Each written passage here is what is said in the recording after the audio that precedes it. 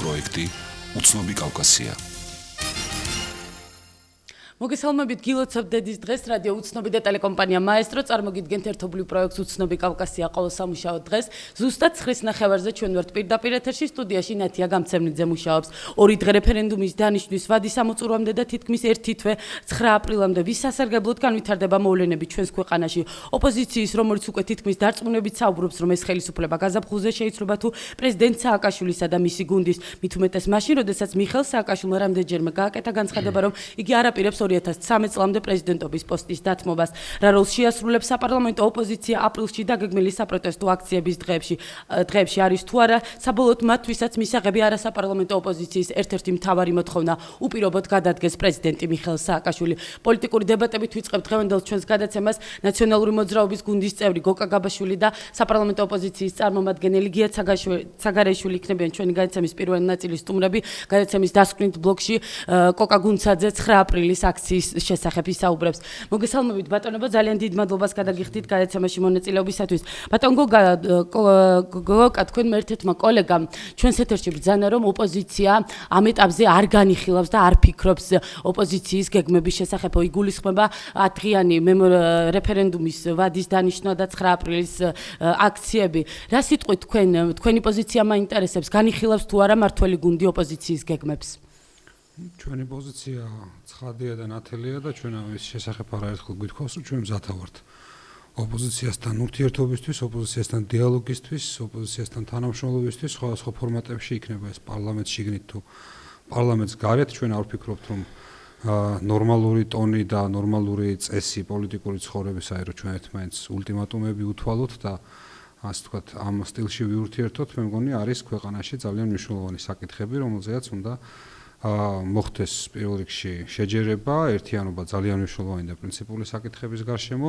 არის ძალიან ბევრი საკითხი, რომელიც დარჩება სადაო, რომელზეც უნდა ვიდაოთ და ამისთვისაც არსებობს შესაბამისი ფორმატები, გულისხმობ ისო ფორმატს პარლამენტის შიგნით, სადაც ჩვენ გვყავს წარმოქმნილი ოპოზიცია და ძალიან ზოგჯერ მწვავე კამათია, მაგრამ ხერხდება ამ ყველაფრის ნორმალურ პოლიტიკურ ფარგლებში დარჩენა, ასევე ოპოზიცია პარლამენტს გარეთ მათთვისაც არსებობს შესაბამისი ფორმატი და თუ არ არსებობს ამაზეც შეიძლება შეჯერება, რა ფორმატით უნდა მოხდეს ურთიერთობა, რა ფორმატით უნდა მოხდეს ჩვენი საზოგადოების იმ ნაწილის აზრის წარმოდგენა, რომელსაც წარმოადგენს ოპოზიცია, რომელსაც წარმოადგენს ჩვენ, ანუ გასაგებია ბატონ გოგა, მე მესმის რომ ხელისუფლების ინტერესებში არ შედის ულტიმატუმით ენით საუბარი, თუმცა არასაპარლამენტო ოპოზიცია თქვენ გიყენებთ ულტიმატუმებს. ხელისუფლებაზე არ არის, მე ვფიქრობ, საერთოდ საზოგადოების ინტერესში არ შედის რადიკალური პოლიტიკური დაპირისპირება, აზრთა პოლარიზაცია, საზოგადოების გახლეჩა, საზოგადოების იმ მოდელის შეთავაზება, როცა პოლიტიკოსები ვერ ახერხებენ ცივილიზებული დიალოგის ჩვენ 9 აპრილს ვნახავთ, როდესაც დაგეგმილია საპროტესტო აქცია, შედის თუ არა საზოგადოების ინტერესებში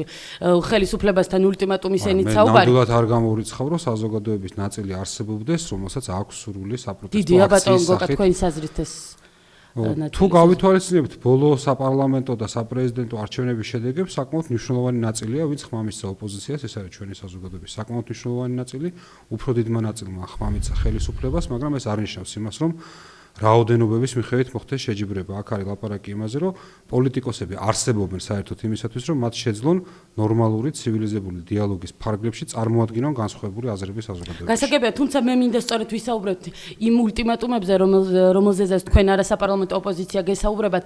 10 დღიანი ვადა მოგცათ თქვენ ირაკლი ალასანიას პარტიამ, რათა დანიშნოთ რეფერენდუმი და ასევე 9 აპრილს იგეგმება საპროტესტო აქციები და ერთ-ერთი მთავარი მოთხოვნა გახლავთ 9 აპრილს დაგეგმილ აქციაზე პრეზიდენტ სააკაშვილის უპირობო გადადგომა. ბატონ გოგა, წავა თუ არა ხელისუფლება რაიმე სახის დათმობაზე და რა გამოსავალს ხედავთ? უნებრივია თქვენ იცით, რომ ჩვენთვის მიუღებელია როგორც ვადამდელი რიგარეში არჩევნები, ასევე რეფერენდუმი რიგარეში არჩევნებზე, ვადამდელ არჩევნებზე.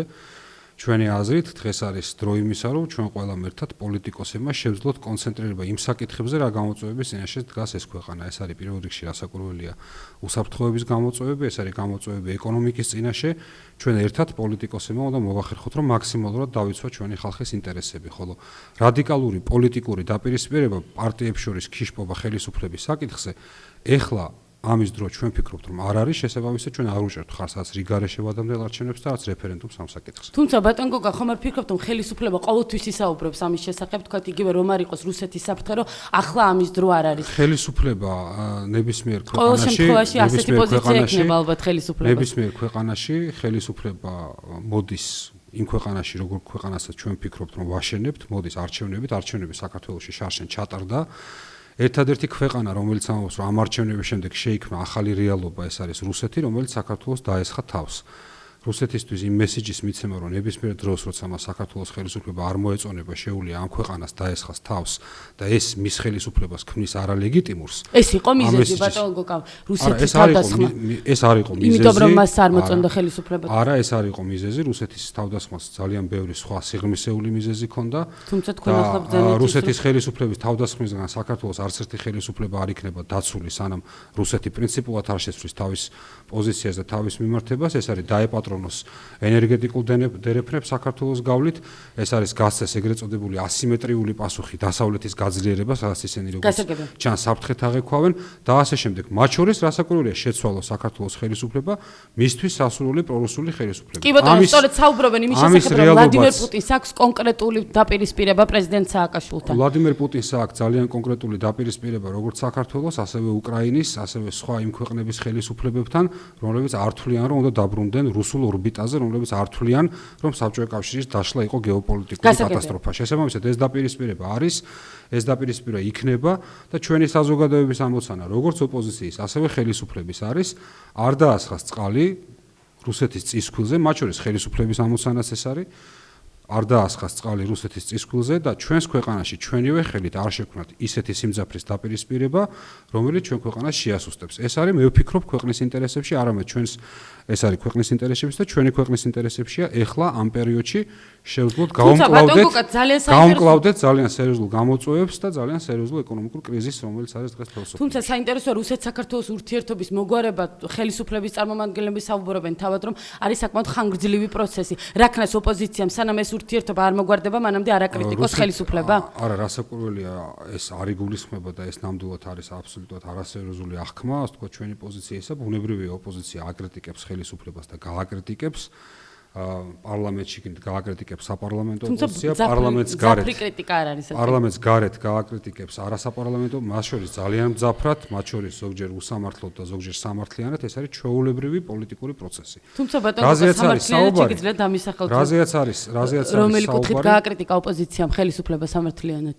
ხო, მე ხელისუფლების წარმომადგენელი ვარ და ბუნებრივია მე მაქვს არგუმენტები უფრო მეტად იმისა, რომ ხელისუფლება და ოპოზიცია როცა ერთმანეთს უპირისპირდებიან რომელიმე კონკრეტულ საკითხზე, ბუნებრივია მე გამოვხატავ იმ იდეებს, რომელიც არის ხელისუფლებაში, მაგრამ არის ძალიან ბევრი საკითხი, სადაც ჩვენ ვახერხებთ კომპრომისის მოძებნას, იგივე ანტიკრიზისულ საბჭოზე ბევრჯერ გაგვიხილავ საკითხი, სადაც ჩვენ გაგვიზიარებია ოპოზიციის არგუმენტები, საკითხი შეეხება ძალიან ფართო სპექტრს დაწყებული, ვთქვათ, საკითხებით სოციალურ სფეროში, დამთავრებული საკითხებით ეკონომიკაში. ძალიან ხშირად ჩვენ ვახერხებთ, რომ საერთო ენა მოუძებნოთ.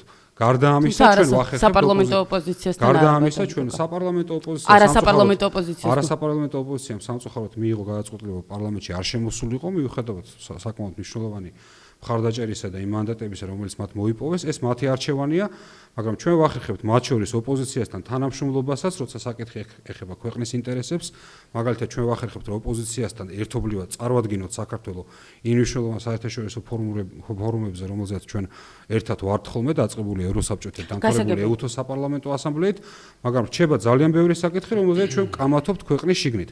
ეს არ ნიშნავს იმას, რომ ქვეყანაში შეიქმნას არასტაბილური ვითარება, ის რაც ნამდვილად ერთადერთ ქვეყანას აწყობს, ერთადერთ ჩვენ მეზობელს, რომ აქ იყოს არასტაბილური სიტუაცია, პოლიტიკოსებმა ვერ მოახერხონ ცივილიზებული დიალოგის წარმართვა და ვერ მოახერხონ პროცესების იმდაგვარად წარმართვა, რომ ეს გამოადგეს ჩვენ საზოგადოებას. გასაგებია, ბატონ გია, უპირობოდ გადადგეს პრეზიდენტი მიხეილ სააკაშვილი, ეს არის არასაპარლამენტო ოპოზიციის ერთ-ერთი მთავარი მოთხოვნა. თქვენი პოზიცია, ბატონ გია, როგორია, უნდა გადადგეს თუ არა პრეზიდენტი მიხეილ სააკაშვილი, პირდაპირ მიპასუხეთ. კი ბატონო, საერთოდ ხშირად მე ამ კითხვას მისვავენ თქვენი კოლეგები და ეთყობა ფიქრობენ, რომ მე განსხვავებული პოზიცია მექნება სხვა ოპოზიციონერებს. არა, მე არ ვფიქრობ, ბატონ, თქვენი აზრი მაინტერესებს. გასაგებია, მე გეტყვით ჩემ აზრს, მე არ გაურბივარ თქვენ კითხვას. თქო ფიქრობ რომ მე განსხვავებული მოსაზრება მექნება ამასთან დაკავშირებით, ან ეტყობა უფრო უარეს ფიქრობ. ხო არ შევიცვალე მე პოზიცია, მე არ ვიცვლი პოზიციებს სხვებისგან განსხვავებით, ასეთი ადამიანები ეხლა ოპოზიციაშიც მეგულება, თუ გინდა მათ სახელებს დაგისახელებთ. ეს მომავალში კი ბატონო, დაგისახელებთ, როგორ არა? დაგისახელებთ ნამდვილად. დამისახელეთ ბატონ გიო. ქალბატონი ბურჯანაძე მაგალითად, ბატონი ნოღაიდელი, თუ ძმანი მათნი, თუ დანი მათნი, რომლებიც 2 თვის უკან იყვნენ პროდუქტი ამ ხელისუფლების, ახლა არიან ოპოზიციაში. რა თქმა უნდა, ეს მათი გადასაწყვეტია, რა თქმა უნდა, ეს იმ ოპოზიციონერების გემოვნების საკითხია, ვის დაუდგნენ. გვერდზე პოლიტიკური გემოვნების საკითხია, მე ჩემ პოზიციებს არ ვთვლი. მე მიმაჩნია და მივიჩნევ დღესაც, რომ საპრეზიდენტო არჩევნები გაყალბდა, ჩვენ ამ იდეით და ამ მოწოდებით 300,000 ადამიანი გამოვიყვანეთ, მათ შორის მეც. ერთ-ერთი მოთავე ვიყავი იმ გრანდიოზული მიტინგისა იპოდრომზე. მე ამას არ დავიწყებ არასდროს. მთელი ჩემი პოლიტიკური ცხოვრების თუ არაპოლიტიკური ცხოვრების მანძილზე. როგორი ხანგრძლივიც არ უნდა იყოს ის. და მე არ ვიცვლი ესე იდეებს და წარმოდგენებს. რა თქმა უნდა, ჩემი აზრით და ჩემი მეგობრების აზრით, ეს არჩევნები შორს იყო იმ ნიმუშისგან, რომელსაც ჩვენ ზოგადად დემოკრატიული არჩევნების სახელს ვარქმევთ, ძალიან შორს იყო, სპილად რომ ვთქვათ, და აქედან გამომდინარე, ანუ პრეზიდენტი სააკაშვილი ხალხს არ აუჩევია ბატონო გია. აქედან გამომდინარე დავასრულებ მე, აქედან გამომდინარე მე აბსოლუტურად ლეგიტიმურად მიმაჩნია ამ ადამიანების პროტესტი. თუნდაც ერთი ჯგუფის, თუნდაც მეორე ჯგუფის ადამიანებს აქვთ უფლება, კონსტიტუციური უფლება, მოვაწყონ მიტინგები, მანიფესტაციები, მათ შორის მოითხოვონ ამ პლებისციტით, ან რეფერენდუმის მეშვეობით ნებისმიერი საკითხის დაყენება. თუმცა იქაც არის რაღაც განსაზღვრული მითითებები რეფერენდუმის შესახებ კანონში, მაგრამ მე მიმაჩნია როგორც იურის, ეს მოთხოვნა არის აბსოლუტურად ლეგიტიმური. არის ამის მშვენიერი პრეცედენტი. პრეზიდენტმა სააკაშვილმა 5 იანვარს თქვენ გახსოვთ დანიშნა პლებისციტი, ჩვენი მოთხოვნა მაშინაც კანონიერი იყო, ჩვენ მაშინაც ჩავეტიეთ კონსტიტუციურ ჩარჩოებში. მე ვფიქრობ, რომ ახლაც ეს პროტესტი არ გასდება ამ ჩარჩოებს და ადამიანები მეთოდურად ნაბიჯ-ნაბიჯს წარმოაჩენენ თავიანთ შეხედულებს. რა არის ამაში ცუდი? მე უბრალოდ ამაში ცუდს ვერაფერს ვერ ხედავ. თქვენ ამ ეტაპზე ბატონგი არც ერთს ემხრობით, არც რეფერენდუმის დანიშნას და არც 9 აპრილის აქციაზე გეკეთებთ. ჩვენ ვემხრობით, თუ ამას მიმხრობა ქვია ზოგადად, ჩვენ ვიზიარებთ პლებისციტის დანიშნვის, ანუ თუნდაც რეფერენდუმის დანიშნვის აზრს, იმიტომ რომ ეს არის ძალიან კარგი საშუალება მივცეთ ხალხს გამოხატოს თავის ნება. თუმცა ბატონგია თქვენ თავად ბრძანეთ რომ გაყავდა 5 იანვრის არჩევნებია და მაშინ რა გარანტია გაქვთ რომ თქვა ეს პლებისციტია? ძალიან კაი შეკითხვაა. ძალიან კაი შეკითხვაა. დღეს მე პარლამენტის კიბეებზე შევნიშნე ბატონი თარხნიშვილი. მე არ ვისურვებდი რომ ცენტრალური საარჩევნო კომისიის თავმჯდომარე იყოს ბატონი თარხნიშვილი. ჩვენ მუშაობთ, დავიწყებთ მუშაობას ერთ კვირაში ფაქტიურად იმ ჯგუფის შემადგენლობაში, რომელმაც ხელი მოაწერა ქცევის წესს. ამ ჯგუფმა უნდა იმუშაოს საარჩევნო კანონმდებლობაზე.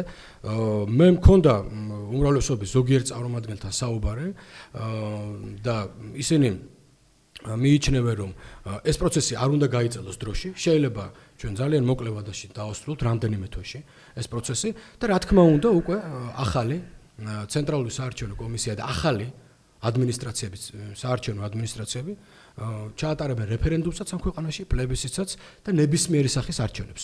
ოღონდ ეს ყველაფერი რამოდებზე საუბრობთ ბატონო? მე ვსაუბრობ, მე მიმაჩნია რომ ეს რამდენიმე თვეში უნდა მოხდეს. მაქსიმუმ 5-6 თვეში. თუ გვინდა ჩვენ ჩემის გადმოსახედიდან და ჩემის წარმოსახვით თუ გვინდა ჩვენ არ გავწდეთ კონსტიტუციის ჩარჩოებს და ჩვენი პროტესტი ისევე როგორც ყოველთვის ხათაშორის ხას უსვა. ხელისუფლება ჩვენ მე ძალიან კარგად მახსოვს, სულ ხელს გვიბიძგებდა იქითკენ რომ ჩვენ როგორმე ამ ჩარჩოებიდან ამოვარდნილიყავით. და მე ძალიან კარგად მახსოვს, როცა ჩვენ მიტინგებს და მანიფესტაციებს ვაპირებდით ხოლმე, კანონით დადგენილ ვადაში ვითხოვდით მიტინგებისთვის და მანიფესტაციებისთვის დროს და ადგილს. და განსაზღვრავდით რამდენი დღე გაგრძელდებოდა ეს ყველაფერი. ჩვენ გვეშინოდა რომ პროვოკაცია არ ყოფილიყო. გასაგებია ბატონია თქვენი ახლა არასაპარლამენტო კოლეგები რომ იყვნენ ახლა ჩვენთან სტუდიაში აუცილებლად გეტყოდნენ რომ თქვენი ამ განცხადებით 6 თვით კიდევ უფრო უხანგრძლივად პრეზიდენტ სააკაშვილის უფლებამოსილებას. მე რა მაინტერესებს იცით ვინც ამას აპირებს თქო 9 აპრილამდე, მაშინ ისინი უნდა მობრძანდნენ გეგმა გაწერილი უნდა წარმოადგინონ, რა უნდათ, როგორ უნდათ, რანაირად უნდათ. კი ბატონო, თუ ეს გეგმა ჩემი პოლიტიკური ძალისთვის, საქართველოს დემოკრატიული პარტიისთვის მისაღები იქნება, მე ვიდგები იქ, სადაც ჩემი ქვეყანა, ჩემი ხალხი და ჩემი ერი იდგება. გიორგი ცაგარეიშვილი, მომისმინეთ ერთი წუთით. გიორგი ცაგარეიშვილი არავის ზურგს არასდროს უკან არ ამოფარებია. არასდროს. და მე ვერავინ ვერ მიმითითებს, სად უნდა მივიდე, როდის უნდა მივიდე, რატომ უნდა მივიდე. ვერავინ.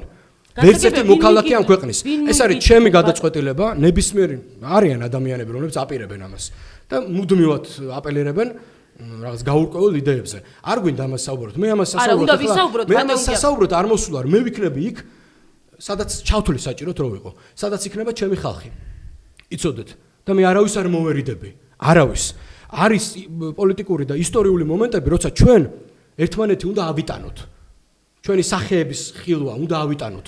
და ერთ უღლის ქვეშ უნდა დავდგეთ. ეხლა თუ ამ ეს ძნელად გასაგებია ვიღაცებისთვის. არა, არ არის ძნელად გასაგები, ვფიქრობ ძალიან კონკრეტულად საუბრობ, თუმცა საინტერესოა 9 აპრილს თუ რუსთაველის გამზირზე შეიკრიბება ჩვენი ქვეყნის მოქალაქეები. შეიძლება თუ არა ვიხილოთ იქ. რა თქმა უნდა შეიძლება. იმისა რომ ამ აქციის ორგანიზატორები არიან ნინო ბურჯანიძე და ზურაბ ნოღაიდელი, თავად თქვენ გააკრიტიკეთ ეს ადამიანები რამდენიმე წუთი. ეს საკმაოდ ესეთი საჩოთირო საკითხია ჩემთვის.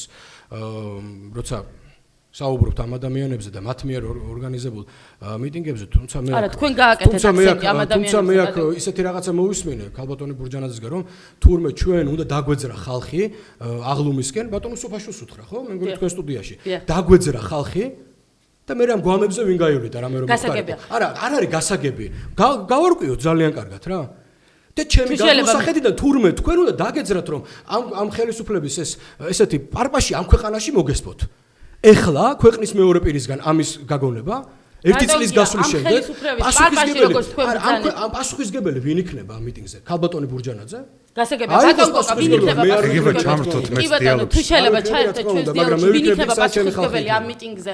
9 აპრილს დაგეგმილ მიტინგზე. არ ვიცი, როგორც წესი მიტინგზე პასუხისგებელი არიან ხოლმე ორგანიზატორები, ნებისმიერი საპროტესტო აქცია იქნება, ეს მიტინგი, მანიფესტაცია, დემონსტრაცია თუ ასე. ბატონო გოკა 7 ნოემბრის შემდეგ თქვენ კიდევ შეგიძლიათ ამ განცხადების გაკეთება. გასაკვირველია ნებისმიერ დროს მიტინგის და დემონსტრაციის ორგანიზატორები არიან პასუხისგებლები, გასაკვირველია ხელისუფლებას აქვს პასუხისგებლობა იმისა, რომ შვიდობიანი პროტესტი, სანამ ეს არცდება კანონისა და კონსტიტუციის დადგენილ ფარგლებს და ნორმებს, მას არ შეეხოს და ბუნებრივია ეხა ჩვენ როცა ვსაუბრობთ საქართველოზე, როცა ვსაუბრობთ ამ ქვეყანაზე, ძალიან ცუდი და უარყოფითი გამოცდილება 20 წლის განმავლობაში ამ ქვეყანას აქვს რადიკალური პოლიტიკური დაპირისპირებისა და არასოდეს ამას კიდევ ერთხელ გავიმეორებ, რადიკალურ პოლიტიკურ დაპირისპირებას ქვეყანაში არაფერი კარგი, პოლიტიკურ ძალთა შორის ქიშპობას, არაფერი ქვეყანაში კარგი არ მოუტანია. ამიტომ მე კიდევ ერთხელ ვიმეორებ, ეხა აქ ესეთი ლოგიკა იყო, რომ სააკაშვილმა არჩევნები გააყალბა და ამ ლოგიკაზე მე შეიძლება ნებისმიერი ლოგიკა ააგო. მე ძირშივე ამას არ ვეთანხმები, ბუნებრივია, იმიტომ რომ ჩვენ შარშან ვიხილეთ არჩევნები, რომელიც შეიძლება არ იყოს იდეალური. ბატონო, რომ არ იყო ხალხის მიერ არჩეული მიხეილ სააკაშვილი არის ხალხის მიერ არჩეული, ყველამ ძალიან კარგად იცის, რომ მიხეილ სააკაშვილმა ეს არჩევნები მოიგო. და ყველამ კარგად იცის, რომ ეს არჩევნები შეფასდა როგორც დემოკრატიული არჩევნები, შეიძლება ეს არჩევნები არ იყო იდეალური და ძალიან ბევრმა სადამკვირვებლო ორგანიზაციამ ამის შესახებ მიგვითითა და ჯერ კიდევ ბევრი გვაქვს სამუშაო სხვა შორის იმ ჯგუფში, რომელიც შევქმნით, რომ საარჩევნო კოდექსის დავხვეწოთ და საარჩევნო პროცედურებიც და ყოველი შემდეგი არჩევნები საქართველოში უნდა იყოს უკეთესი ვიდრე წინა და ჩამოყალიბდეს ერთხელ და საბოლოოდ აბსოლუტურად სამართლიანი და უშეკითხო, ასე ვთქვათ, არჩევნების ტრადიცია, მაგრამ ამ არჩევნებსაც ყველა სადამკვირვებლო ორგანიზაციამ, როგორც ქართულ, ასევე საერთაშორისო, დავამთავრებ თუ შეიძლება. ყველამ უწოდა კონკურენტული არჩევნები, რომელშიც დაფიქსირდა ქართველი ხალხის ნება და მთელი მსოფლიოს ყველა მთავრობამ საქართველოს ხელისუფლება აღიარა როგორც ამ ქვეყნის ლეგიტიმური ხელისუფლება. შესაბამისად, ნებისმიერი საუბარი იმაზე, რომ ამ ქვეყანას არ აყავს ლეგიტიმური ხელისუფლება, ამ იდეას ავრცელებს, ვიმეორებ, ერთადერთი ქვეყანა, რომ საქართველოს არ აყავს ლეგიტიმური ხელისუფლება და საქართველოს ხელისუფლებასთან არ შეიძლება ლაპარაკი. ამ იდეას ავრცელებს მხოლოდ ერთადერთი ქვეყანა, ერთადერთი პოლიტიკური ცენტრი ამ პლანეტაზე ავრცელებს ამ იდეას. დანარჩენი მთელი მსოფლიო ბატონი გია არის საქართველოს პარლამენტის წევრი, შესაბამისად მიუხედავად მისი მძაფრი კრიტიკისა, ის გარკვეულწილად აღიარებს საქართველოში მოქმედი ლეგიტიმური ინსტიტუტების არსებობას. აღიარებთ ბატონო.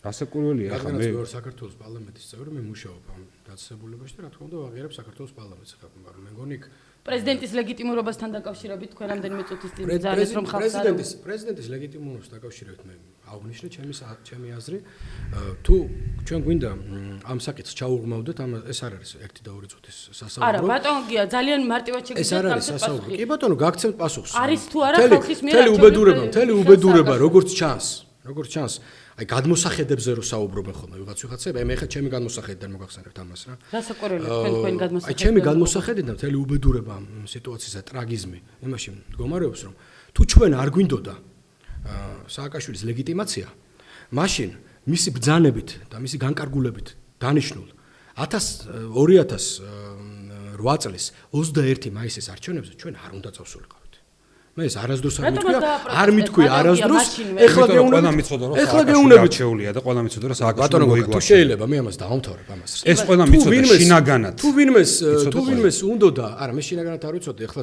ძალიან დიდი კითხვის ნიშნები გამაჩნია ამას დაკავშირებით მაგრამ ერთია რა კითხვის ნიშნები გაგაჩნია შენ შინაგანად და მეორეა შენ რასაკეთებ ხო როგორც დედამიწა განსხვავდება ხოლმე ეს პოზიციები ერთმანეთს ამიტომ თუ ჩვენ დამასტით გეტყვით მე ამას ყველაფერს თუ კი ჩვენ ეს გვინდოდა მაშინ ამაზე არ უნდა წავსულიყავით ჩემო კარგებო ეხ თქვენ არ მოგმართოთ ამას მომართოთ ჩემ ყოფილ არა თქვენ არ არიყავით საარჩევნო სუბიექტი მიმართოთ ჩემ კოლეგი პატიოსან წესიერ დილობიან იმედია კოლეგებს მაშინ ჩვენ ჩემო ძმებო და დებო ამაზე არ უნდა წავსულიყავით თუ თქვენ ამ ფერხულში ჩაებით თუ თქვენ მოითხოვეთ პლებისციტი შემდეგ სააკაშვილმა დაგინიშნათ არჩევნები შემდეგ წახვედით ამ არჩევნებზე შემდეგ ბოდიში მომიხდია და საუბნო საარჩევნო კომისიის წევრებმა ხელი მოაწერეს ამ ოქმებზე რომელსაც ჩვენ მათ შორის მეც ბაღდადში აბსოლუტურად უსაგნო და ტყუილად ვასაჩივრებდი ყოველდღე და ვერაფერი ვერ გავაკეთე იმიტომ რომ შეუძლებელი იყო რაღაცის გაკეთება მაშინ მე კი არ მიღიარებია სააკაშვილის ხელისუფლება ჩვენს უყველამ ერთად მათ შორის თქვენც მოდით თქვით ეს გეყოთ ვაშკაცობა მე ხომ ყოფნის ამის ვაშკაცობა და ხო ვამბობ ამას ჩვენ იმ ლოგიკით კი არა რა ლოგიკაზეც საუბრობს ბატონი გოგა იმ ლოგიკით კი არ ჩავებით ამ არჩევნებზე ჩვენ ჩავებით ქვეყნის გადარჩენის ლოგიკიდან გამომდინარე ამ არჩევნებზე ჩვენ არ წავედით უკიდურეს დაპირისპირებაზე ხელისუფლებასთან ჩვენ მომისმინეთ ჩვენ არ გავაპეთ ჩუაზე ქვეყანა არ გავხლიჩეთ საზოგადოება და არ ჩავებით კონფრონტაციაში ხელისუფლებასთან გასაგებია საპარლამენტო არჩევნები დაინიშნეთ აბსოლუტურად შეგნებულად თუ ჩვენ ამაზე წავედით ეხა ბოდიში მომიხდია მაშინ ეს გადაწყვეტილება არის მორალური ზვარაკი, როგორც ამას ქალბატონი ბესელია უწოდებს და არაფერი სხვა.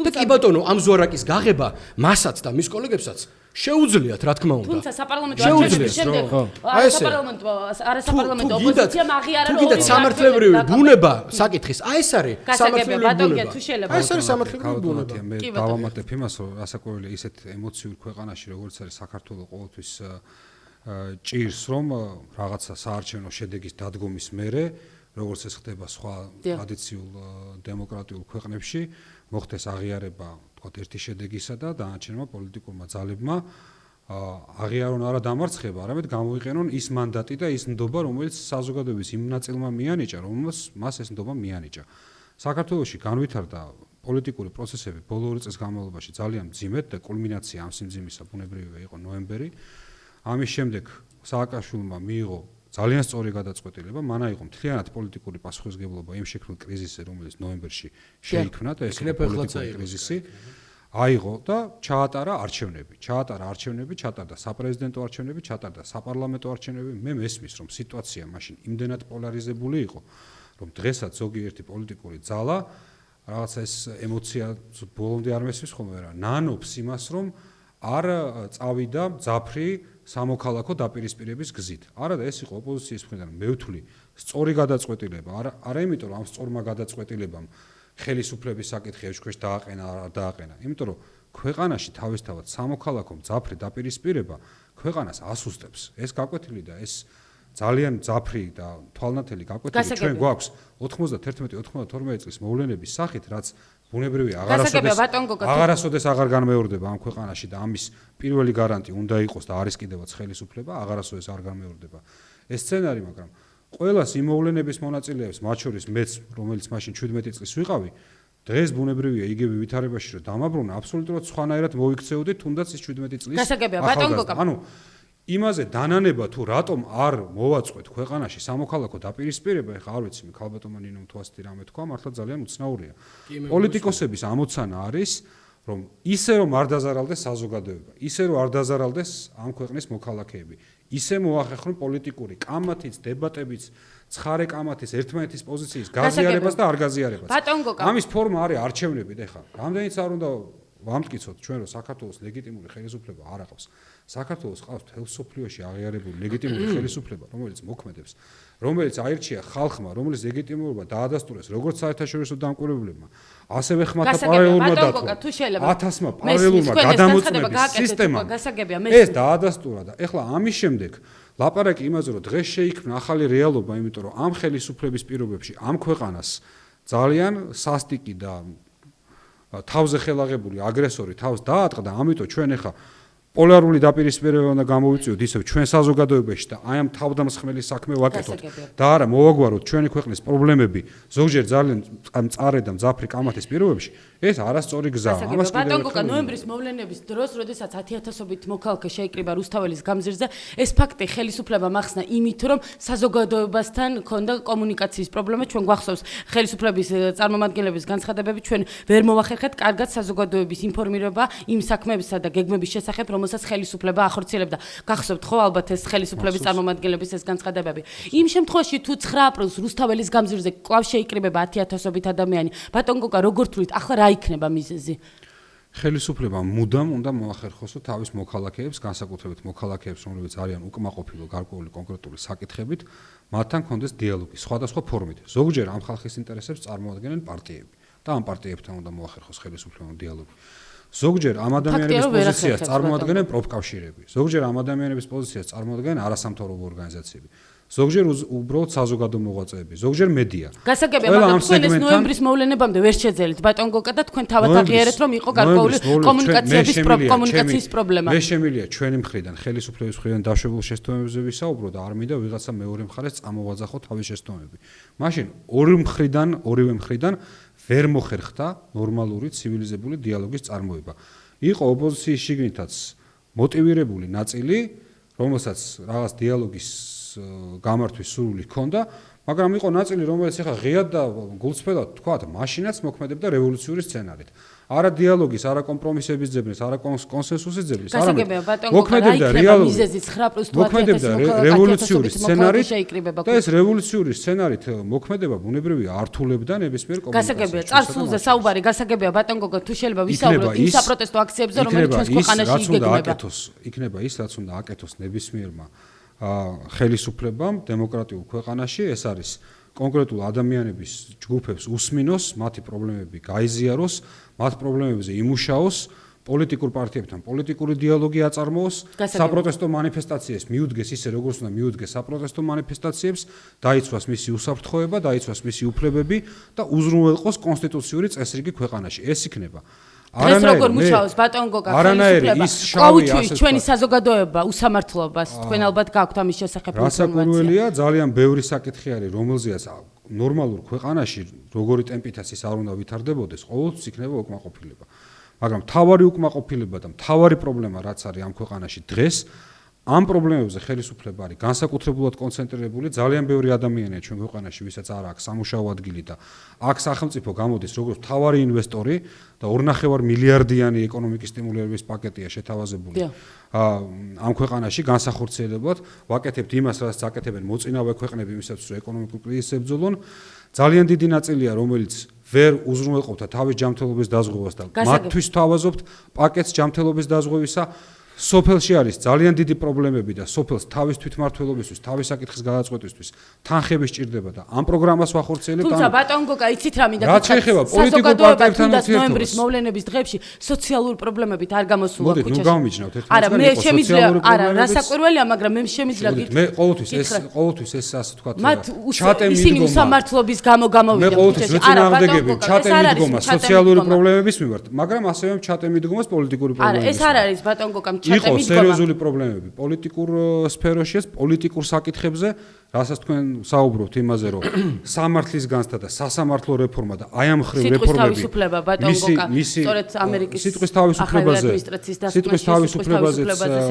შეგვიძლია ჩვენ ვიდაოთ და მე ვფიქრობ, რომ ის ხარვეზები და ის შეზღუდვები, რომელიც ბუნებრივად იყო განპირობებული ჩვენი რუსეთთან საომარი მოქმედებების დროს, მე ვფიქრობ, დღეს აბსოლუტურად დაძლეულია და არანაირი სიტყვის თავისუფლების დეფიციტი დღეს ქვეყანაში არ არის პირდაპირი კუპიურების, ცენზურის, ყველანაირი შელამაზების და ყველანაირი ზეგავლენის გარეშე თავისუფალი მედია, სადაც გამოითქმის ნებისმიერი იდეა. გინდა ბეშტური, გინდა ელექტრონული, გინდა სხვადასხვა ფორმატით. ბატონო, ტელეკომპანია რუსთავიორი, ტელეკომპანია იმედი, საზოგადოებრივი მაუწყებელი, თუ შეიძლება მიპასუხოთ. ეს ადამიანები დამოუკიდებლად მუშაობენ და არანაირი სარედაქციო პოლიტიკაში ჩარევა ხელისუფლების მხრიდან არ ხდება, ბატონო. არანაირი ჩარევა სარედაქციო პოლიტიკაში ხელისუფლების მხრიდან არ ხდება, ხელისუფლება ატარებს თავის მედია პოლიტიკას, რა თქმა უნდა, მაგრამ არა ზეწოლის ფორმით. ნებისმიერი პარტია, ნებისმიერი პოლიტიკური ძალა, ნებისმიერი ადამიანთა ჯგუფი, რომელიც არის პოლიტიკაში, აწარმოებს თავის მედია პოლიტიკას. ზოგან ეს გამოსდის ეფექტურად, ზოგან ეს გამოსდის არაეფექტურად, მაგრამ სხვა რამეზეა ლაპარაკი. საქართველოში არ არის არც ერთი აზრი, ძალიან რადიკალურიც კი, კონსტიტუციის ფარგლებს გასცენილიც კი, რომელიც არ ხდებოდეს მისი ტირაჟირება ღია და გახსნილ მედიაში. მისი ტირაჟირება ხდება და ჩვენი კანონები უზრუნველყოფს იმას, რომ არანაირი შეზღუდვა აზრზე საქართველოში არ არსებობს. სიტყვის თავისუფლება დაცულია, ბატონო. აზრის გამოხატვის თავისუფლება არის საქართველოში დაცული. თუ გნებავთ ამ ფორმატზე ვისაუბროთ, ვისაუბროთ უბრალოდ ბატონო გადაცემათა რაოდენობაზე, თუ გინდათ ვისაუბროთ ოპოზიციისთვის დათმობილი დროის რაოდენობაზე. არა, ბატონო, მერწმუნეთ, გადაცემას და რაოდენობაზე არ არის. თუ ვისაუბროთ იგივე აი ამ გადაცემაზე. რა ისმის და როგორ რამდენად ობიექტურად მუშაობენ. რასაც ეხლა ლაპარაკობთ, ისმის. კი ბატონო, ისმის თქვენი აზრი, ისმის ბატონი გიას აზრი, ისმის ჩემი აზრი. კი ბატონო, რადიოუსების მაგალითზე თქვენ ყოველთვის შეგიძლიათ თქვათ, რომ არსებობს დამოუკიდებელი მე ხვალ მაქვს დებატები საზოგადოებრივ არხზე. კი ბატონო, გისურვებთ წარმატებას. წინა კვირაში მქონდა დებატები იმედზე. ისე საინტერესო ხვალვისთან გაქვს ბატონო პოლიტიკური დებატები. ეკაკოსიტაძის გადაცემაში დებატები რესპუბლიკურ პარტიასთან. ძალიან საინტერესოა, გისმენთ ბატონო. არის ეს ასთა პლურალიზმი და ეხლა თქვენ გინდათ თქვათ რომ არ არის. არა, მე არ მინდა ბატონო გოკა, მე ვსვამ კითხვებს, რომელზეც თქვენ აუცილებლად უნდა მიპასუხოთ. თუ გნებავთ, მე წაკითხავთ ახლა ამერიკის ადმინისტრაციის დასკვნას, რომელიც მან რამდენიმე დღის წინ გამოაქვეყნა, თუ გაქვთ წაკითხული კიდევ ერთხელ შეგახსენებთ. გუშინ შემოდგომაზე გვიან შემოდგომაზე მნიშვნელოვანი ვარდნა შეინიშნებოდა დამოუკიდებელი მედიის მრავალფეროვნებასთან დაკავშირებით, განსაკუთრებით გამონაკლის წარმოადგენდა თბილისში მაუწყებელი, არა მე მინდა საზოგადოებას წავკითხო, წარმოადგენდა თბილისში მაუწყებელი სატელევიზიო სადგური კავკასია, თითქმის ყველგან შემცირდა ალტერნატიული მოსაზრებების წარმოჩენა, თითქმის მთელი მედია კონცენტრირებული იყო მთავრობის, ხელმძღვანელების და ხელისუფლების მიერ შექმნილ პოზიციებზე. ეს არის ხელისუფლების მიერ ამერიკის ადმინისტრაციის მიერ ნათქვამი განცხადება თუ შეიძლება გიპასუხებთ ხა ამ ხელა ციტატას თუ მიკითხავთ კი ბატონო კონცენტრირებული იყო ხელისუფლების მხრიდან ყველა მედია საშუალებაში პრობლემები იყო საუბარი იმაზე რომ პრობლემები ნოემბრის შემდეგ და აგვისტოს შემდეგ არ ყოფილა ჩვენს მედიაში ამაზე საუბარი არის პრობლემები ბატონო თქვენ ბრძანეთ რომ სიტყვის თავისუფლებაა ჩვენს ქვეყანაში სწორედ იმიტომ რომ პრობლემები იყო აბსოლუტურად გადაიდგა ყველა ნაბიჯი იმისაკენ რომ სრულიად გახსნილი პლურალისტული გარემო ეს სხვათაშორის თქვენ დასკვნას როცა მიკითხავთ ეს ფრაზაც უნდა წამიკითხოთ, რომელიც წერია ამერიკის სახელმწიფო დეპარტამენტის დასკვნაში, რომ სიტუაცია მედია პლურალიზმთან დაკავშირებით არის ქვეყანაში გამოსწორებული. ეს ფრაზა წერია ამ დასკვნაში. ძალიან მნიშვნელოვანია. ამიტომ მოდით ტენდენციურად ამისთვის არის, ამიტომ არის კარგი სიტყვის თავისუფლება, რომ თქვენ მხოლოდ ერთ აბზაცს კითხულობთ და სიტყვის თავისუფლება, იმიტომ კარგი რომ მე შემიძლია ჩემი მხრიდან აბზაცი ბოლომდე კი ბატონო, მე ახლა მოგცემ თქვენ ამ დასკვნას თუ გნებავთ და ციტირება თუ გნებავთ მოახდინეთ საწერია ის რომ გადაიდგა სერიოზული ნაბიჯები მედიის განვითარებაში. ამით იწყება დასკვნა. არა ბატონო, ამით იწყება დასკვნა, რომ სერიოზული გაუმჯობესებაა მეხუთე იზოლატორის გაუქმება და არადამიანური პირობების მოსპოვება. სიტყვის თავისუფლებაზე ვსაუბრობ. ორთაჭალაში და სიტყვის თავისუფლება პლურალიზმის მხრივ სიტუაცია საქართველოში არის გაუმჯობესებული. ასე იწყება. აი ბატონო, თუ შეიძლება ეს არის გამოქვეყნებული დასკვნა და იქნებ ეს განცხადება მოიყვება. ბატონო, ასე იწყება წაკითხულება, როგორც საქართველოში. ასევე აღმოსავლეთ ევროპის ყველა ქვეყნის შესახებ დასკვნა. აღმოსავლეთ ევროპის ყველა ქვეყნის. ვერ მივიღებ ამ შენიშვნას, იმიტომ რომ ეს აქ არ წერია. გისმენთ. ძალიან კარგია რომ ღია ეთერში ვსაუბრობთ სიტყვის თავისუფლებას. მე მიმაჩნია რომ ამ ხელისუფლების ტრაგიზმი მთელი იმაში მდგომარეობს რომ ხელისუფლება ვერ გაიგო ვის მართავს, რა ქვეყანას მართავს და რა ხალხს მართავს. ვინ აირჩია ეს ხელისუფლება, ვინ არიან ეს ადამიანები, რა სულისკვეთების ადამიანები არიან. გადის 6 წელი ნაციონალური მოძრაობის ქვეყნის სათავეში მოსვლის დღიდან და ამ ადამიანებმა ვერ გაიგეს ვინ არიან ქართველები და ამ ქვეყნის მოქალაქეები.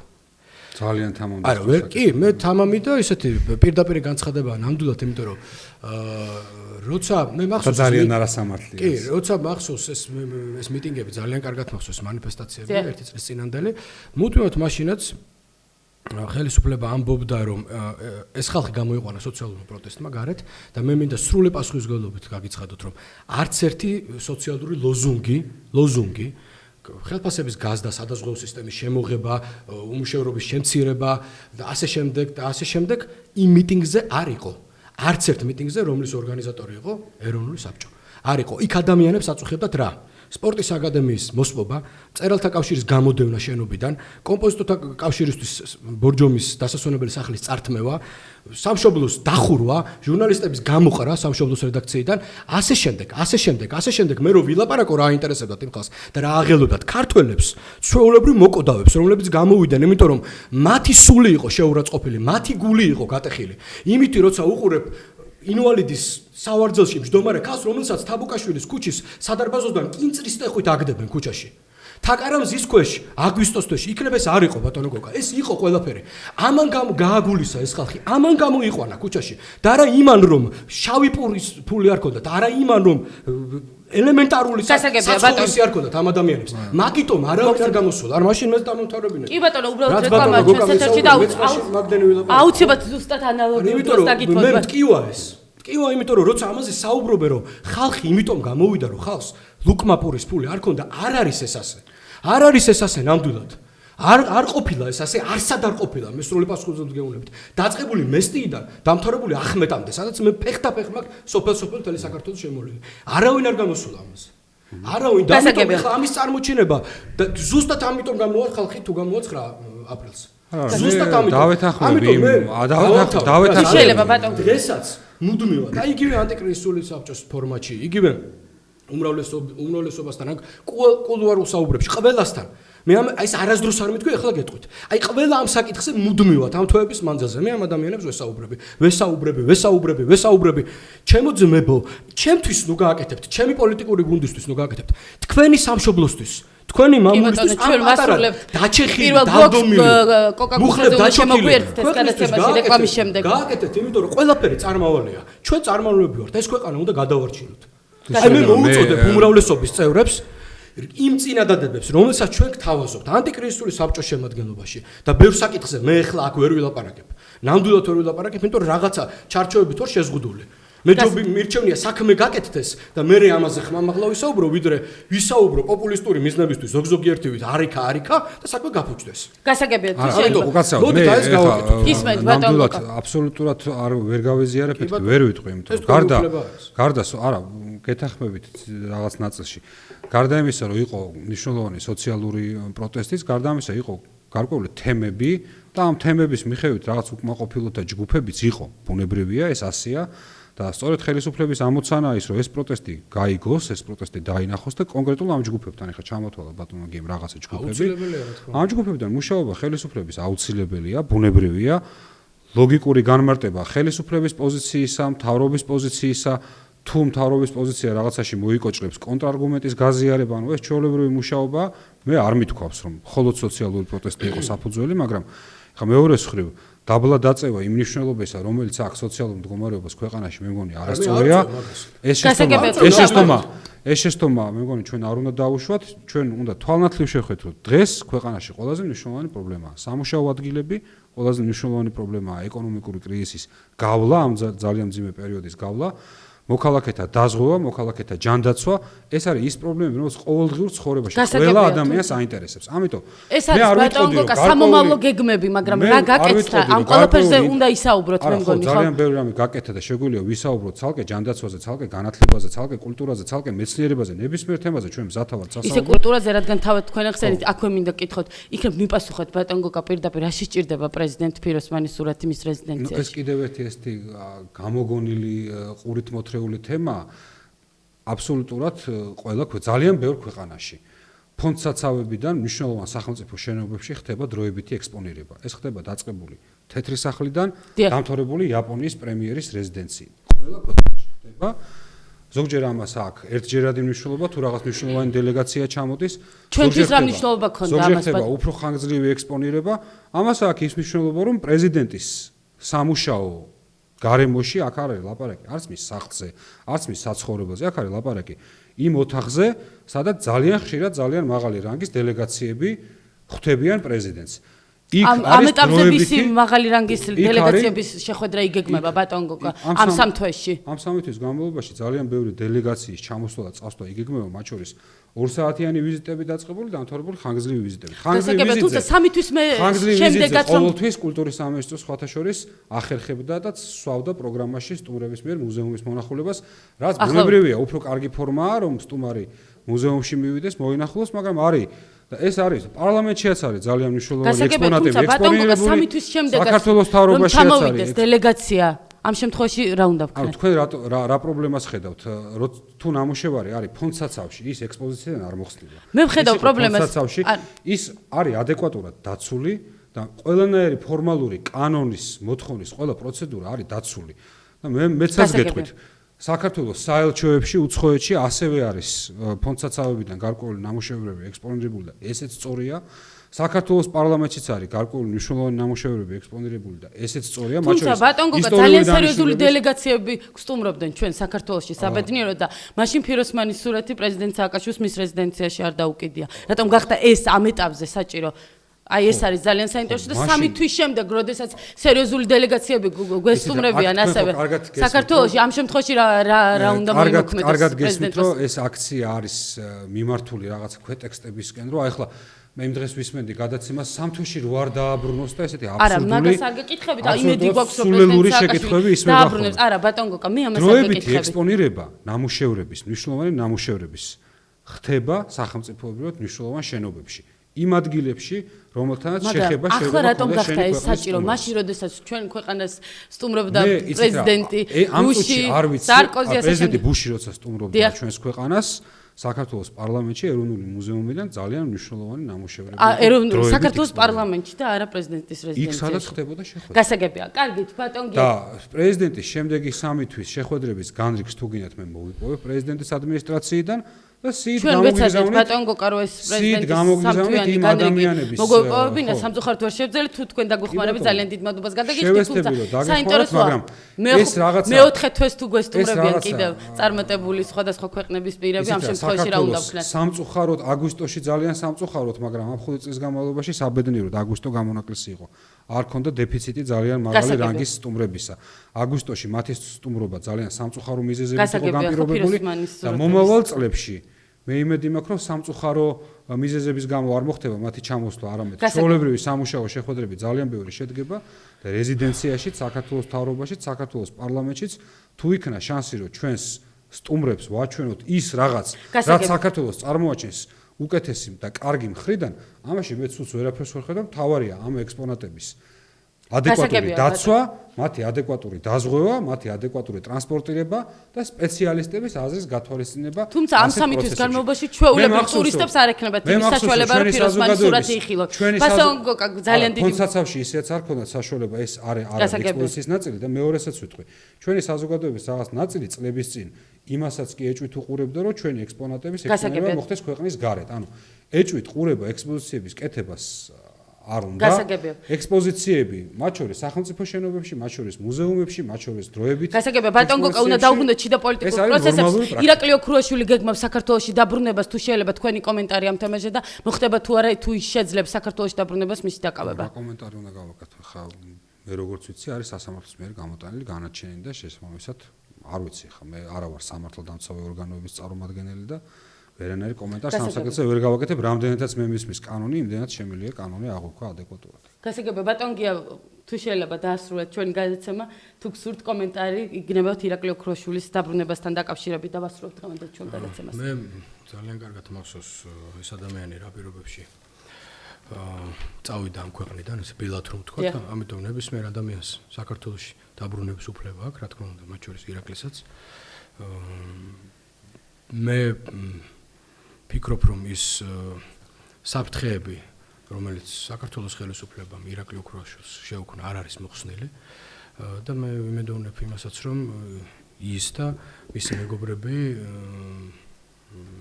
ამას ადეკვატურად აღიქვამენ ამ საფრთხებს. მე შემიძლია მხოლოდ და მხოლოდ თქვა, ნებისმიერი ადამიანი საქართველოში რა თქმა უნდა დაბრუნდეს, მას აქ ამის ყველანაირი უფლება, მით უმეტეს ბატონ ირაკლი ოქროშვილს და უნდა დაბრუნდეს თავის ოჯახთან ერთად, თავის ორშვილთან ერთად, თავის მეუღლესთან ერთად და უნდა დაუბრუნდეს ნორმალურ ცხოვრებას. გასაგებია, ძალიან დიდი მადლობა გადაგიხდით მონაწილეობისათვის. დიდი მადლობა. გოკა გაბაშვილი, გია ცაგარეშვილი გახსნათ ჩვენი გადაცემის პირველი ნაწილის სტუმრები. ჩვენ რეკლამის შემდეგ კოკა გუნცაძესთან ერთად დავბრუნდებით, დაგველოდეთ. მედია პროექტი უცნობი კავკასია. ჩვენ ბრუნდებით პირდაპირ ეთერში კოკა გუნცაძე გახლავთ ჩვენი გადაცემის დასკვნითი ნაწილის სტუმარი. მოგესალმებით ბატონ კოკა, ძალიან დიდ მადლობას გადაგიხდით გადაცემაში მონაწილეობისათვის. ბატონ კოკა, თქვენ იყავით ის პოლიტიკოსი, რომელიც აქტიურად აწარმოებდა მოლაპარაკებებს სხვადასხვა ოპოზიციურ ძალებთან. თუ შეიძლება მიპასუხეთ, რატომ ვერ შედგა გაერთიანება? დიდი მადლობა. მე ვერ ვეტყოდი, რომ გაერთიანება არ შედგა. არსებობს რამოდენიმე მიმართულება, ძირითადად შეიძლება ითქვას ორი მიმართულება. ოპოზიციის ერთი ნაწილი და მეც აი ამ ბანაკს მივეკუთვნები 9 აპრილს ვაცხადებთ საპროტესტო მანიფესტაციის დაწყების დღეთ და მთელ საქართველოს მოსახლეობას, ქართულ ხალხს მოუწოდებთ ამ დღეს საყოველთაო გამოსვლებისკენ და არ დავიშლებით მანამ, სანამ არ იქნება მიღწეული ერთადერთი მიზანი მიხეილ სააკაშვილის უპირობო გადადგომა. რაც შეეხება მეორე ნაწილს, მეორე მიმართულებას, მათ გამოაცხადეს მოთხოვეს რეფერენდუმი სააკაშვილს, მისცეს ამისთვის 10 დღის ვადა და ეს ვადა იწურება 5 მარტს. მე ვერ ვიტყოდი, რომ ეხლა პრინციპული განსხვავება და რაღაც წინააღმდეგობა ურთიერთგამოფრინცხავია ეს ორი გზა. მე დარწმუნებული ვარ, რომ ქართულ პოლიტიკურ სპექტრს, ქართულ საზოგადოებას ეყოფა გონიერება, ეს ორი მიმართულება აუცილებლად გადაიკვეთება და 9 აპრილს მთელი ქართული ხალხი, მთელი საზოგადოება დაირაზმება ერთადერთი ლოზუნგის, ერთადერთი მოთხოვნის ირგვლივ. ეს იქნება გამოსვლები მარტივი ფორმულით, ყველა სააკაშვილის წინააღმდეგ, ყველა ჩვენი სამშობლოს და ჩვენი ქვეყნის გადასარჩენად. თუმცა ბატონ კოკა, ის პარტიები, რომლებიც რეფერენდუმს მოითხოვენ, საუბრობენ იმის შესახებ, რომ თუ 10 დღის ვადაში პრეზიდენტი სააკაშვილი არ დანიშნავს რეფერენდუმს, ეს ადამიანები უკვე დაიწყებენ ხელმოწერების შეგროვებას, რათა დაინიშნოს უკვე იძულებით ეს რეფერენდუმი. ამ შემთხვევაში თუ მოხდა ისე, რომ ხელისუფლება წავიდა დათმობაზე და დანიშნა რეფერენდუმი, თქვენი პოლიტიკურ ძალას თუ აქვს გეგმა, როგორ შეიძლება განვითარდეს ამ შემთხვევაში მოვლენები? ისეთ მე არ ვიცი, თქვა, როცა ამოიწურება რეფერენდუმის ულტიმატუმის, მიცემის ულტიმატუმის ვადა. ორ დღეში იწურება რა გადაწყვეტილებას მიიღებენ, ცხადია. ეს ადამიანები საუბრობენ, რომ დაიწყება ხელმოწერების შეგროვება. ნებისმიერი კამპანია, რომელიც გაიშლება, ნიშნავს ფართო ფრონტის გაშლას აი ამ ხელისუფლების წინააღმდეგ და აუცილებლად ეს გზები გადაიკვეთება. ეს იქნება ხელმოწერების კამპანია, ეს იქნება რეგიონებში გასვლა, ეს იქნება მწვავე აქციები, საბოლოოდ ყველაფერი თავს მოიყრის თბილისში, იქ სადაც ყოველთვის წყდებოდა ქართული ხელისუფლების და ქართული მომავლის ბედი. რეგიონებში გასვლასთან დაკავშირებით მინდოდა მეკითხა, თუ აპირებს პოლიტიკოსები წავიდნენ რეგიონებში და ვთქვათ ჩამოიყვანენ იქიდან ის მოქალაქეები, რომლებიც ვთქვათ პროტესტს გამოხატავენ ხელისუფლების. ცით ეხლა ბუნებრივია ჩვენ ვაპირებთ გავიდეთ რეგიონებში, ცხადია. აუხსნათ განსაკუთრებით მნიშვნელოვანია რეგიონებში გასვლა იმდენად, რამდენადაც მოგეხსენებათ, რომ ყველა საერთო ეროვნული დაფარვის მქონე მაუწყებლობა, რომელიც ქვეყანაში არსებობს, მოქცეულია ხელისუფლების კონტროლის ქვეშ და ძალიან მნიშვნელოვანია, რომ ჩვენ თუმცა ბატონმა გოკა გაბაში მობრძანა რამდენიმე წუთის წინ, რომ სიტყვის თავისუფლება. ეხლა ეს ამ კუთხით პრობლემა არ არსებობს. კომენტარს იმედი არ მომთხოვთ. და კიდევ ერთხელ ვაუწყოთ ჩვენი გეგმების შესახებ. ბუნებრივია, იქნება ყველა საშუალება, რომ ხალხი ჩამოვიდეს აქ და მონაწილეობა მიიღოს და დაიწყოს ის მძლავრი საპროტესტო უწყვეტი აქციები 9 აპრილს, თუმცა არ არის გამორიცხული, რომ ადგილებზე გაიშალოს ეს ჩვენი საპროტესტო აქციები და მოხდეს დივერსიფიცირება აი ამ საპროტესტო ტალღისა. ეს ყველაფერი არის მსჯელობისაგანი, ეს არის ტაქტიკის საკითხები და რაც შეეხება აი ამ თემებს, ჩვენ უახლოეს ხანებში ალბათ საბოლოოდ შევჯერდებით, შევიკრიბებით. მე დარწმუნებული ვარ, რომ ამ საკითხების ირგვლივ მოხდება საერთო ეროვნული თანხმობა და ჩვენ ერთიანი ფრონტით მივახცევთ. გასაგებია, ბატონ კოკა, ეს ჩვენ პოლიტიკოსებისგან გსმენია და ვფიქრობ ამის შესახებ მაყურებელიც არის ინფორმირებული, პერმანენტული აქციების მართვას სჭირდება სახსრები. თუ აქვს ოპოზიციურ სპექტრს ფინანსები იმისათვის, რომ მისი გეგმები განახორციელოს? არა, ხა განსაკუთრებულ სახსრებზე ბუნებრივია ლაპარაკი ზედმეტია, აქ არის მინიმალურ რაღაც საშუალებებზე საუბარი, რომელიც აუცილებელია გადაადგილებისთვის. საიდან გაქვთ ბატონო? რაზე ბენზინის ფული საიდან გვაქვს? კი ბატონო, ეს ძალიან საინტერესო, იმიტომ რომ თქვენ არ იღებთ დაფინანსებას, თქვათ არ ბრძანდებით პარლამენტის წევრი, არა გაქვთ დაფინანსება ამ. ძალიან ბევრი პარტიას. საინტერესოა, საიდან გაქვთ ფინანსები მისათვის, რომ პერმანენტული აქციები აწარმოოთ. გეტყვით, ამ აქციის საორგანიზაციო ჯგუფში მყოფ ბევრ პარტიას აქვს დაფინანსება, რამოდენიმე პარტიას. გარდა ამისა, გაიხსნება რამოდენიმე ფონდი, სადაც ბუნებრივია ღია იქნება ყველა მოქალაქისთვის გააკეთოს თავისი შემოწირულობები, ყველაფერი იქნება ღია და გამჭვირვალე. აქ ჩვენ დასამალი არაფერი არ გვაქვს. არანაირი ფინანსური რესურსი არ წყვეტს დღეს საბოლოოდ ჩვენი ქვეყნის მომავალს. დღეს მთავარი სიტყვა ეკუთვნის ქართულ ხალხს და ქართულ საზოგადოებას. ეს არ არის ფინანსური პრობლემა, ეს არის მორალური პრობლემა, ეს არის სამოქალაქო პრობლემა და ბუნებრივია გადაწყდება შესაბამისად. კი ბატონო გოგა, თქვენ ბრძანეთ რომ არ დაიშლებით მანამ სანამ არ შეიცვლება ეს ხელისუფლება, არ წავა ეს ხელისუფლება. თუ შეიძლება იქნება გაგვიმხილოთ თქვენი გეგმების შესახებ, რას აპირებთ? აპირებთ სახელმწიფო დაწესებულებების პიკეტირებას, აპირებთ ჩიმშილებას, გეგმების შესახებ იქნება ცოტაოდენ მაინც გაგვიმხილოთ. ნუ მომთხოვთ ახლა იმის თქმას, თუ რას ვაპირებთ ჩვენ 9 აპრილს. ჯერ ნაადრევია და რომს არსებობდეს დეტალურად ასე ვთქვათ გაწერილი გეგმა, მე ამის თაობაზე ბუნებრივად თავ შევიკავებდი. მოვა ამის დრო და ჩვენი საზოგადოება გაიგებს თუ როგორ ვაპირებთ აი ამ მოძრაობის, ამ საპროტესტო აქციების წარმართვას. ერთი რამე შემიძლია ვთქვა და ეს არის ღია დეკლარირებული ჩვენს მიერ, რომ აქციები იქნება უწყვეტი, იქნება მწვავე, თუმცა მშვიდობიანი ფორმის და არ დამთავრდება მანამ, სანამ არ იქნება მიღწეული მიზანი. ხელისუფლების გადადგომა, მიხეილ სააკაშვილის უპირობო გადადგომა. ხელისუფლება უნდა წავიდეს. ვარაუდობთ ბატონო კოკა რომ ამ მიზანს მიაღწევთ. გააჩნია როგორ განვითარდება მოვლენები, მე წინასწარ თავ შევიკავე. კი ბატონო კოკა თქვენ მოითხოვთ პრეზიდენტ სააკაშვილის გადადგომას, თუ განიხილება შიდა კონსულტაციების დროს რა კანდიდატები, რომელიც შეიძლება თქვენ პოლიტიკურმა ძალებმა წარადგინოთ პრეზიდენტობის კანდიდატად, ალასანიეს გუნდმა უკვე წარადგინებთ, თქვათ ირაკლი ალასანია ერთ-ერთ პრეზიდენტობის კანდიდატად. არის შესაძლებელი რომ თქვენ ამ იდეას შეუერთდეთ თუ შეიძლება ვიხილოთ ლევან გაჩეჩილაძე კიდევ ერთხელ პრეზიდენტობის კანდიდატად. მე ვფიქრობ, ნაადრევია პრეზიდენტობის კანდიდატების დასახელება დღეს, როდესაც ქვეყანაში ჩვენ მივიღეთ და გვყავს ავტორიტარული რეჟიმი, დავნაშავე რეჟიმი, რომელმაც კატასტროფამდე მიიყვანა ჩვენი ქვეყანა, ასეთ ვითარებაში, როდესაც მთელი ამ რეპრესიული მანქანის ირგვლივ წინააღმდეგ უნდა გაერთიანდეს მთელი ჩვენი საზოგადოება და ხალხი, ნაადრევია საპრეზიდენტო კანდიდატურების დასახელება. მე მგონი თავარი ამოწ ორ ეტაპად უნდა დავყოთ ჩვენი ბრძოლა, ჩვენი მოძრაობა. პირველი ეტაპი ეს იქნება სააკაშვილის მოცილება ხელისუფლებიდან და მეორე ეტაპზე ყველას მიეცემა იმის საშუალება, ბუნებრივი ვისაც ამისრული ექნება, დაინიშნება თავისუფალი არჩევნები, დააყენოს თავისი კანდიდატურა და ერთხელ და სამუდამოდ, ერთხელ მაინც ქვეყანაში შექმნათ პრეცედენტი და ჩავატაროთ თავისუფალი დემოკრატიული არჩევნები და ვისაც ჩვენი ხალხი არიჩევს, ვისაც ექნება მანდატი და ვისაც ექნება ლეგიტიმაცია, მან მართოს უახლოესი 5 თვის განმავლობაში ჩვენი ქვეყანა. ცხადია, გარდა ამისა, ჩვენ მოგვიწევს ალბათ მთელ რიგ ვალდებულებებზე პასუხისმგებლობის აღება.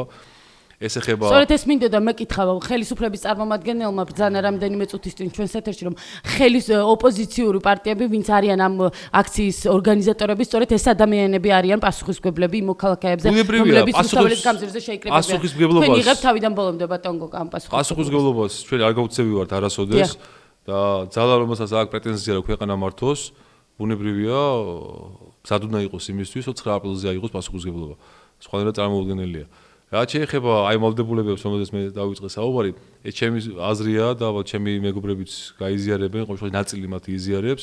ჩვენ არ არის გამორიცხული მოგვიწიოს გარკვეული დოკუმენტის შედგენა და გაფორმება, სადაც ჩვენ ავიღებთ გარკვეულ ვალდებულებებს ჩვენი საზოგადოების წინაშე. ანუ ჩვენ ერთხელ და სამუდამოდ საფუძველი უნდა ჩაუყაროთ დემოკრატიულ საფუძვლებს ამ ქვეყანაში. დემოკრატიულ პრინციპებს ჩვენი სახელმწიფოებრივი მშენებლობის. ერთხელ და სამუდამოდ უნდა განავაცხადოთ, მკაფიობთ და განვახორციელოთ. მიუხედავად იმისა, ვინ მოიგებს თავისუფალ არჩევნებში და ვინ მოვა ხელისუფლების სადავეში. რომ ქვეყანაში განხორციელდება ხელისუფლების დანაწილების პრინციპი, რომ ქვეყანაში შეიქმნება დამოუკიდებელი სასამართლო, რომ ქვეყანაში ჩამოყალიბდება ადგილობრივი თვითმმართველობა, რომ ქვეყანაში შეიქმნება მედიის თავისუფლებისთვის ყველანაირი პირობა, მოხდება დივერსიფიცირება, მედია საშუალებების და არ იქნება კონცენტრირებული ერთი ჯგუფის და მით უმეტეს სახელმწიფო რაღაცა ოლიგარქების ხელში და მიიღება მთელი რიგი პოლიტიკური გადაწყვეტილებები, რაც ეხება საკუთრებას, რაც ეხება სხვა მიმართულებით თელრიგ სტრატეგიულ პოლიტიკურ გადაწყვეტილებებს და ამით შეიქმნება როგორც პრეცედენტი, ასევე ინსტიტუციური საფუძვლები იმისთვის, რომ ქვეყანამ თავიდან აიცილოს ისეთი კატასტროფა, რომელიც დღეს აი ამ ხელისუფლების მართლობის შედეგად დაატყდა. ბოლო შეკითხვა მაქვს, გამორიცხავთ თქვენ იმას, რომ შესაძლოა ხელისუფლებამ კიდევ ერთხელ გამოიყენოს ძალა პერმანენტული აქციების დროს. ხელისუფლებას აღარ შეძლებს უნარი იმდენად უსურია ძალის გამოყენებისა, ის ვეღარ შეძლებს ხელი აღმართოს საკუთარ ხალხზე. ჩვენ ხალხს, ჩვენ საზოგადოებას აქ ყველანაირი უფლება მოითხოვოს აი ამ არალეგიტიმური სამარცხვინო, მე ვიტყოდი, ხელისუფლების გადადგომა. ჩვენი ხალხი შეურაცხყოფილია, ჩვენი ხალხი დამცირებულია და ჩვენ ამაზე მოვითხოვთ პასუხს. კი ბატონო, ძალიან დიდი მადლობა ბატონ კოკა გადაცემაში მონაწილეობისათვის. კოკა გუნცაძე გახლავთ ჩვენი გადაცემის დასკვნითი ნაწილის სტუმარი. რადიო უცნობისა და ტელეკომპანია მაესტროს ერთობლივი პროექტი უცნობი კავკასია ხვალამდე გემშვიდობება. ხვალ ზუსტად 9:30-ზე ჩვენ ვართ კვლავ პირდაპირ ეთერში. ნახვამდის.